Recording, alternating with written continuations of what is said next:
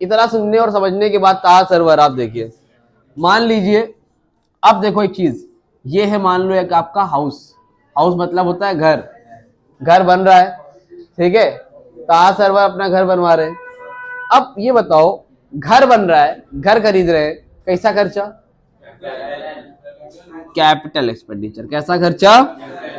घर बनवाने में खर्चा हो रहा है कैपिटल एक्सपेंडिचर, राइट। लेकिन मुदस्सिर भाई, घर बनवाने में तो खर्चा हो रहा है, कैपिटल एक्सपेंडिचर है। अब चीज बताओ, बालू आ रहा है हर दूसरे दिन, सीमेंट आ रहा है, ईटा आ रहा है, अलग अलग लेबर आ रहे हैं, लेबर को पैसा दे रहे हैं, लेबर लेते हैं 500 रुपए पर डे, पता है कि नहीं आपको? आपको तो पता होगा अब्दुल अहद, आपको पता होगा 500 पर डे लगता है। कभी कोई कुछ लेबर 600 ही पर डे लेते हैं, मिस्त्री 800 रुपए ले रहे हैं। तो रेगुलर दे रहे हो कि नहीं पैसा लेबर और मिस्त्री को? भाई साहब, मजदूर और मिस्त्री को डेली पैसा दे रहे हो, कैसा खर्चा है?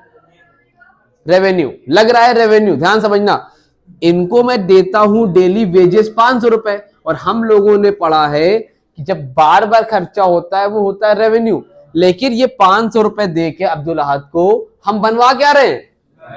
और घर क्या है? फिक्स एसेट है। क्या है?